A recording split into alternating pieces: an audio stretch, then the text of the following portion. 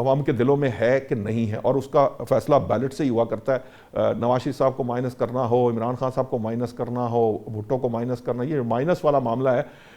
ہو سکتا ہے الطاف حسین کی مثال دے رہے ہوں, بہت سارے لوگ سمجھتے ہوں, لیکن کہیں نہ کہیں وہ بھی کسی نہ کسی دل میں موجود رہتے ہیں. اب میرا جو معاملہ ہے, یہ جو بحث ہے یہ ہے کہ یہ جو پولیٹیکل رینا ہے اس وقت ہمارے ہاں, جو اس وقت درجہ حرارت ہے, اس پر بات کریں گے. میرے ساتھ اس وقت اسٹوڈیو میں میرا ساتھ دے رہے ہیں خالد فاروقی صاحب, بہت سینئر جرنلسٹ ہیں اور بڑی گہری نظر ہے ان کی پولیٹیکل, جو ہمارے ہاں سیاسی جماعتیں ہیں, سیاست ہے. اس کے علاوہ ہمارے پاس پیپلز پارٹی کے خونزادہ صاحب ہمارے ساتھ ہوں گے, اور جو پی ٹی آئی سے ہمارے ساتھ عارف عباسی صاحب ہوں گے. میں آپ کی طرف آتا ہوں سر. میں یہ چاہوں گا کہ میں ذرا تھوڑا سا ایک نیوٹرل سا ایک شارٹ ورڈز میں تجزیہ لوں کہ یہ کیا فاروقی صاحب اس طرح سے پولیٹیکل پارٹیز کو ختم کیا جا سکتا ہے, یہ جو جیسے کہہ رہے ریاستی جبر سے یا زور زبردستی سے؟ نہیں دیکھیے نوشاد صاحب, کوئی بھی پارٹی, پولیٹیکل پارٹی, ہمارا جو ماضی ہے ہم تو اس کو دیکھ کے بات کر سکتے ہیں, بڑی آسانی ہو جاتی ہے بات کرنے میں. ہم نے ماضی میں بھی دیکھا کہ جن پولیٹیکل پارٹیز کو اس طرح زبردستی ختم کرنے کی کوشش کی گئی اس میں کامیابی نہیں ملی.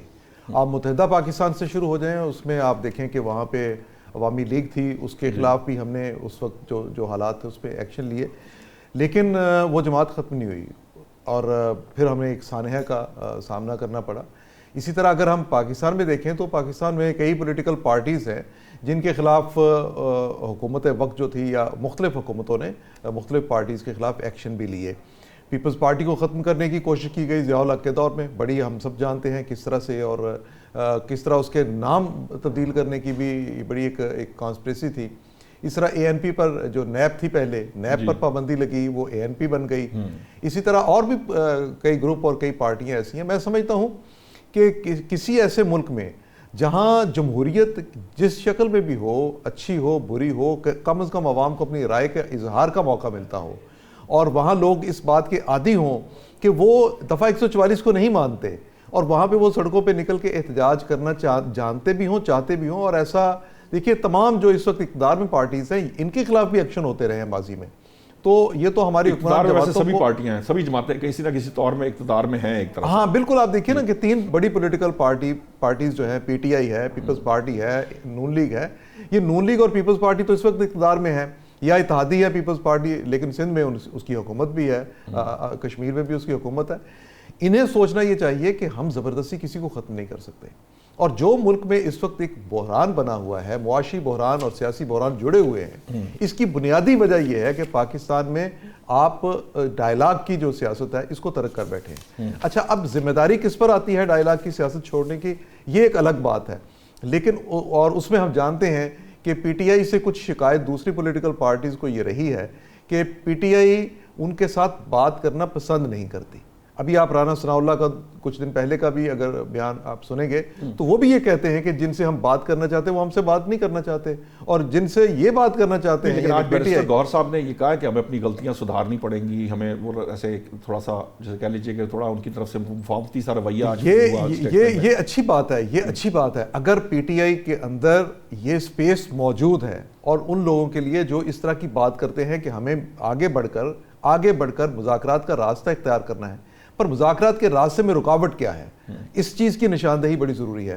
دیکھیے کچھ لوگ, کچھ مخصوص عناصر, میں کسی کے اظہار رائے پر پابندی کی قطعی طور پر حمایت نہیں کر سکتا. اگر میں کسی پر پابندی کی بات کروں گا تو یہ پابندی کل کو میرے اوپر بھی آئے گی. لیکن اصل مسئلہ یہ ہے کہ وہ لوگ جو غیر ذمہ دارانہ گفتگو کر رہے ہیں, انہیں کم از کم اس سے پی ٹی آئی کو, ان لوگوں کو باز کرنا چاہیے. راستہ جو آپ نے ابھی کہا بیرسٹر گوہر والی بات, یہ راستہ نکلے گا تو پاکستان اس بحران سے بھی نکلے گا. یہ بڑی مشروط سی بات ہے. میں چاہوں گا, میں یہیں عارف عباسی صاحب کی طرف سے, خود زیادہ چنٹال صاحب سے بھی بات کرتے ہیں, لیکن میں چاہوں گا عارف عباسی صاحب سے پوچھوں. عارف صاحب, یہ جو بیرسٹر گوہر صاحب نے بات کہی ہے, مجھے نہیں لگتا کہ زیادہ لوگ اس کو سیکنڈ کرتے ہوں گے اس بات کو, یا پاکستان تحریک انصاف کو بہت زیادہ اچھی نگاہ سے دیکھتی ہوگی. یہ جو ڈیوائیڈ ہے جو پی ٹی آئی کے اندر ڈیولپ ہو رہی ہے, تھاٹ تو کہیں نہ کہیں بیرسٹر گوہر والی بھی موجود ہے اور دوسری مزاحمت والی بھی موجود ہے, سخت مزاحمت والی بھی موجود ہے. تو اب اس وقت جو پاکستان تحریک انصاف کے اندر چل کیا رہا ہے, کیونکہ اڈیالہ جیل کے باہر تو اب آپ دھرنے کی بات بھی کی جا رہی ہے, دھرنا دیں گے تو الٹیمیٹلی پرابلم زیادہ بڑھے گی, تو ریکنسیلیشن کا پروسیس شروع بھی نہیں ہو سکے گا. کیا پالیسی ہے جو پاکستان تحریک انصاف کی؟ نشاط صاحب بہت شکریہ.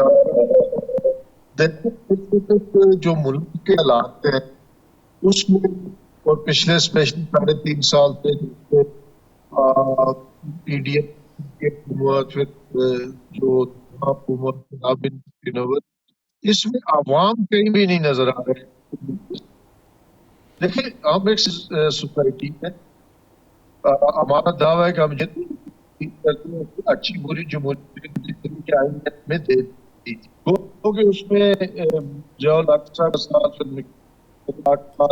اس میں وہ جمہوریت ملی نہیں جو وہ تھی صاحب کا.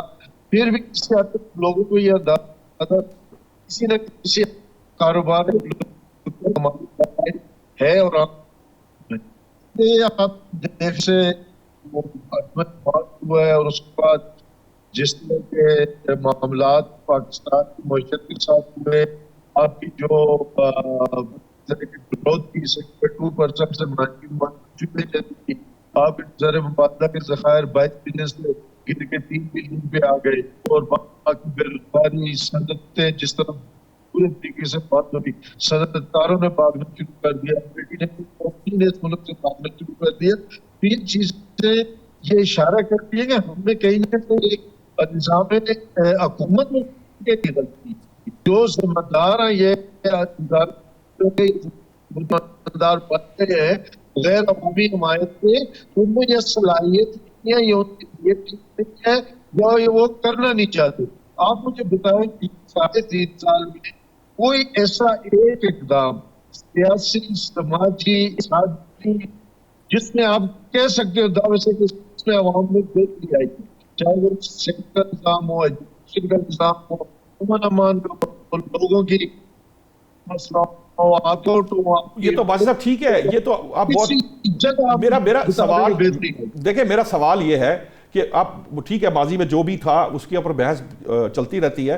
اس وقت جس سچویشن میں پاکستان تحریک انصاف ہے, آپ کو اس وقت اسٹیبلشمنٹ کا موڈ, اس وقت آپ کو حکومت کا موڈ, اس وقت آپ کو دیگر پولیٹیکل پارٹیز کا موڈ, یہ سارا کچھ آپ کو نظر آ رہا ہے آپ کی اپنی جماعت میں. میرا سوال یہ تھا کہ آپ کی جماعت اس وقت جو ہے اس کی پالیسی ریکنسیلیشن مذاکرات کی ہے, یا آپ مزاحمت کو کنٹینیو کریں گے اور مزاحمت جاری رکھیں گے اسی طرح جس طرح پہلے کرتے آئے ہیں؟ نہیں دیکھیں ہم رول آف لا کی حکمرانی کانسٹیٹیوشن کہتے ہیں جو کہ ختم ہو چکی ہے, ابھی آپ کی ختم ہو گئی ہے. آپ کے جتنے ادارے ہیں جو رکھے ادارے ملازم ہوتے ہیں وہ ایکسیپٹیو کے کھڑے ہو. اس صورتحال میں جو آپ بات کرتا ہوں کہ ہمیں پولرائزیشن کی طرف, ہیزیٹیشن کی طرف, نیا کی طرف نہیں جانا چاہیے, لیکن آپ جنرلی ایمانداری سے لات دیکھیں آپ کی سیول بیوروکریسی کا کیا رول ہے, آیا کہ آئینی طریقے سے کام کر رہے ہیں, کیا جو انہوں نے غلط اٹھایا ہوا ہے کہ ہم پاکستان کے آئین پہ عمل کریں گے. نہیں باجی صاحب میرا سوال پھر وہیں کا وہیں, یہ تو پھر یہ گفتگو تو ہم کر سکتے ہیں, یہ تو ایک علیحدہ ڈیبیٹ ہے. میرا سوال یہ ہے, پھر دوبارہ آپ سے سوال کر رہا ہوں کہ کیا جو اس وقت پارٹی کے اندر جو سچویشن آج کی جو صورتحال ہے, اس میں جو پارٹی کی پالیسی کے پرسپیکٹو میں کیا آپ مذاکرات کی طرف جانا چاہتے ہیں بیرسٹر گوہر کے پرسپیکٹو کے اندر, یا آپ مزاحمت کو کنٹینیو کرنا چاہتے ہیں؟ مجھے ذرا اس کا جواب دیجیے, میں نے خود زیادہ چٹان صاحب کے پاس بھی جانا ہے. نہیں دیکھیں ہر مذاکرات تو پہلے دن سے مذاکرات چاہتے ہیں, لیکن فروٹفل مذاکرات جو جس صفانہ رویہ ہو سارے کا, وہ جو حق اور انصاف پہ بات کر رہے, صرف ہم ڈنڈے سے ہانکنا اپنے آپ کو نہیں چاہتے, ہم ڈنڈے سے ہانکے اور ایک باڑے میں بند کرتے ہیں. جب اس کے بات انصاف کی حق پر ٹھیک ہے آپ کی تھوڑی آواز ٹوٹ کے آ رہی ہے. میں بھائی صاحب آپ مذاکرات چاہتے ہیں, بس صرف یہ ہے کہ جو دوسرا فریق ہے وہ مخلصانہ, سنجیدہ اور پراپر امن و انصاف پر مبنی جو ہے وہ آپ سے مذاکرات کرے. خود زادہ صاحب اب معاملہ جو ہے عارف عباسی صاحب نے, ویسے تو ایک طرح سے دیکھا جائے تو اوورال پی ٹی اے کے پرسپیکٹو سے یہ ایک تبدیلی ہمیں نظر آ رہی ہے جو بیرسٹر گوہر کے سٹیٹمنٹ میں بھی آئی. عارف عباسی صاحب بھی اب مذاکرات, پہلے وہ اسٹیبلشمنٹ سے صرف مذاکرات کی بات کر رہے تھے, اب وہ بات کر رہے ہیں کہ مذاکرات کرنے ہیں. میرا پہلا سوال تو یہ اس سے جڑا ہوا ہے, لیکن دوسرا سوال ذرا وہ بھی ساتھ لے لیجئے گا تاکہ آپ آسانی سے اس کو ذرا تھوڑی روشنی ڈالیں.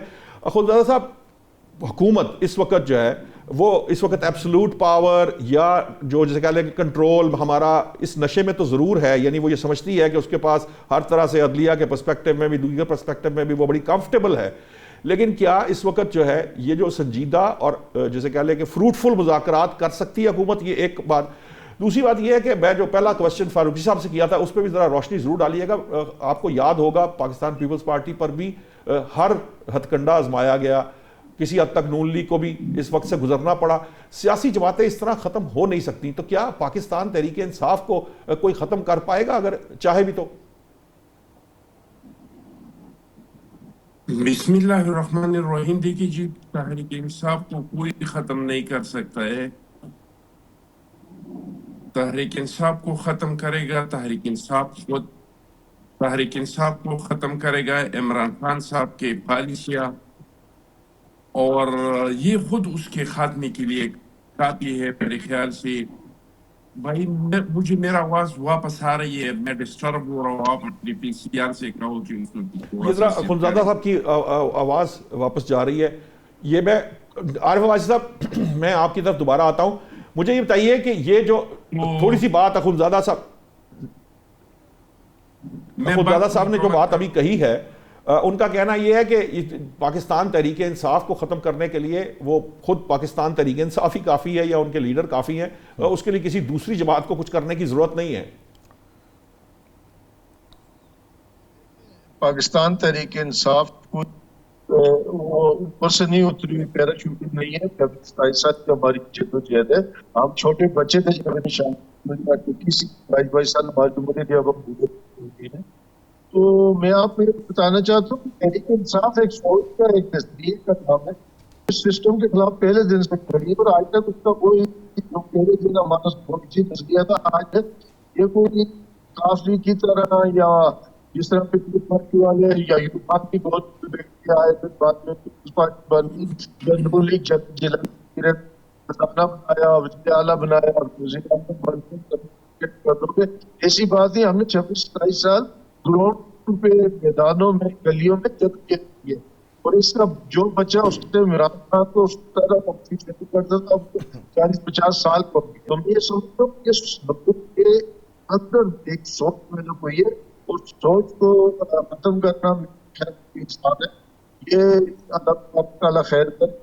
یہ جو ہے یہ نہ پارٹی کو ختم کر سکتے نہ جو کر سکتے.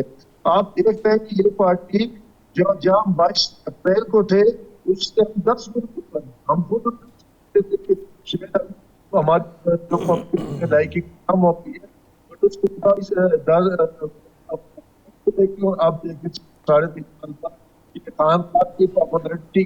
بھائی صاحب مجھے آپ کی آواز پھر تھوڑا سا ڈسٹارٹ کر رہی ہے, مجھے سمجھ نہیں آ رہی. میں چاہوں گا اخندزادہ صاحب آپ جو بات کہہ رہے تھے اسے کمپلیٹ کیجئے گا. ویسے تو عارف عباسی صاحب نے اس دوران یہ کہہ دیا ہے کہ ہم کوئی ایسے ہی کوئی کہیں سے آئی ہوئی پارٹی نہیں, بہت میچور پولیٹیکل پارٹی ہے, ہم نے دہائیوں پر محیط جو ہے وہ اسٹرگل کی ہوئی ہے. تو یہ کہنا کسی طور جائز نہیں ہے کہ ہمیں ہی ہم سے بچایا جائے یا ہمارے لیڈر کی وجہ سے پارٹی ختم ہوگی.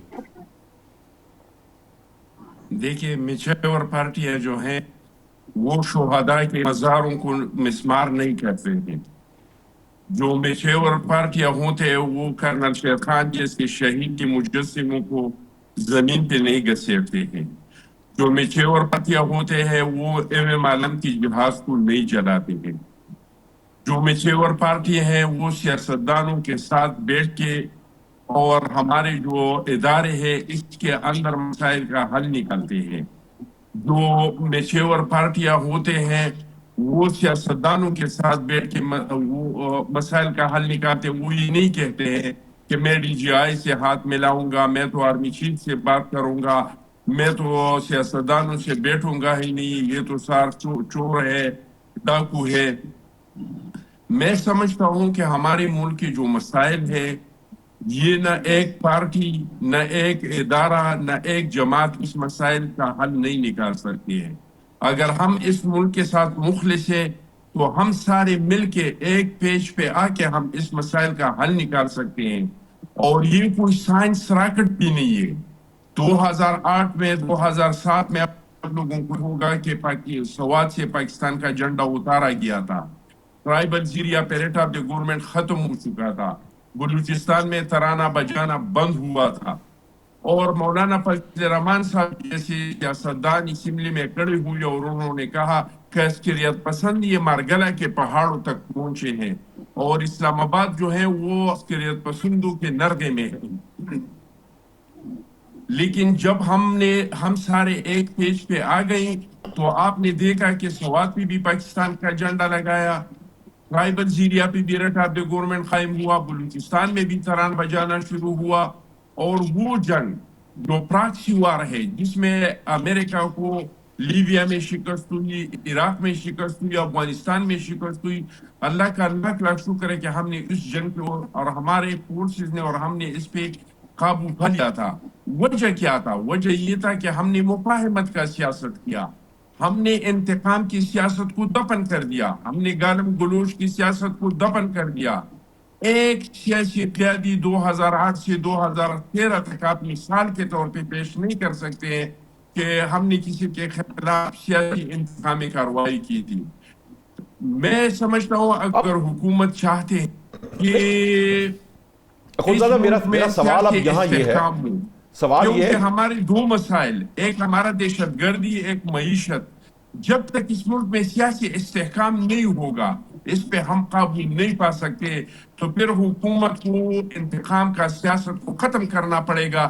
جیسے آپ لوگ مسلم لیگ والوں سے پوچھتے ہیں کہ بھائی آپ ملاقات کیوں نہیں چھوڑتے، تو وہ کہتے ہیں ٹھیک ہے، آپ کی بات، آپ کا پوائنٹ مجھے، اگر میں صرف ایک سوال رکھنا چاہوں گا، میرا جو سوال تھا وہ یہ تھا، اب اس کو ذرا تھوڑا میں ڈیفرنٹ انداز سے یوں کر لیتا ہوں کہ اس وقت دیکھیے پاکستان تحریک انصاف، بیرسٹر گوہر کی سٹیٹمنٹ، ابھی عارف عباسی صاحب نے بھی کہا ہے، یہ اس سٹیٹمنٹ کو آپ ویلکمنگ سٹیٹمنٹ لے کے کیا پیپلز پارٹی اس معاملے میں آگے بڑھ سکتی ہے؟ کیونکہ حکومت تو اپنے کسی معاملے میں ہوتی ہے نا، نون لیگ تو اپنے پرسپیکٹیو میں سوچ رہی ہوگی، پیپلز پارٹی یہ جو میڈیشن کا کام ہے اس کو لیڈ کر سکتی ہے، کیا پیپلز پارٹی آگے بڑھ کر پاکستان تحریک انصاف کو اور نون لیگ کو قریب لا سکتی ہے اور اس لیول تک لا سکتی ہے جس طرح کی آپ بات کر رہے ہیں؟ کیونکہ باتوں میں تو ہم یہ سارے کہتے ہیں لیکن پریکٹیکلی ہمیں نظر نہیں آتا، پارلیمان میں اپوزیشن لیڈر کی جو تقرری ہے وہ نہیں ہو پاتی، تو الٹیمیٹلی گڈ ول جسٹس ہر طرف سے آنے چاہیے نا۔ اگر پی ٹی آئی کو تھوڑا سا اگر اس وقت بینڈ ہو رہی ہے تو پھر حکومت کو بھی اور ان کے اتحادیوں کو بھی جو تھوڑا سا ساتھ دینا چاہیے پی ٹی آئی کا۔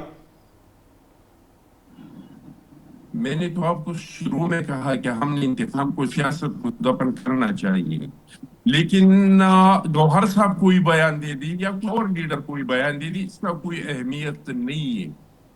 وجہ یہ ہے کہ ہمیں یاد ہے کہ جب وہ عمران خان صاحب وزیر اعظم تھا تو چیئرمین بلاول صاحب نے اور شہباز شریف صاحب نے اس کو کہا کہ آپ کا انتقام اپنے جگہ پہ، کہ ہم 90 دن ہم کو ریمانڈ پہ رکھتے ہیں، سب کو جیلوں میں بھیجا ہے، لیکن پاکستان کا آنے والا جو مسئلہ ہے وہ معیشت کا ہے، معیشت پہ ہم آپ کے ساتھ ایگریمنٹ کرنے کو تیار ہے، لیکن عمران خان صاحب تیار نہیں تھا، پلوامہ پہ بیٹھنے پہ تیار نہیں تھا سیاستدانوں کے ساتھ، کووڈ پہ بیٹھنے پہ تیار نہیں تھا، تو میں نہیں سمجھتا ہوں کہ آپ وہ سیاستدانوں کے ساتھ بیٹھنے پہ تیار ہیں۔ ماضی میں بھی ہمارے مذاکرات ہوئی ہیں، یہ شاہ محمود قریشی صاحب، فواد چودھری، علی محمد، اسد خیر، یہ کمیٹی بن جاتی، ہماری کمیٹی، اور وہ مذاکرات کر لے کے ہم ایک نتیجے پہ پہنچ جاتے، لیکن جب وہ بنگانا چلی جاتے واپس آ کے کہتے کہ بھائی خان صاحب مانتے نہیں ہے۔ تو عمران خان صاحب کوئی روایتی سیاستدان نہیں ہے، وہ مذاکرات پہ یقین نہیں رکھتے ہیں، وہ دو بندوں سے مذاکرات کرنا چاہتے ہیں، اور کیا مذاکرات کرنا چاہتے ہیں؟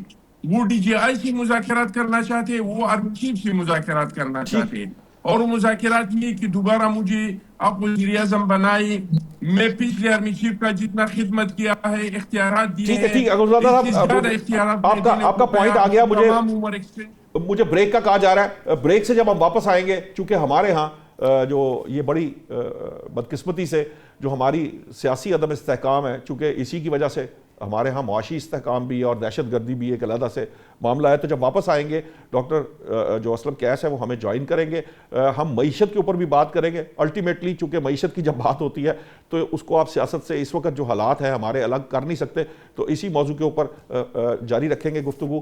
ابھی لیتے ہیں ایک بریک۔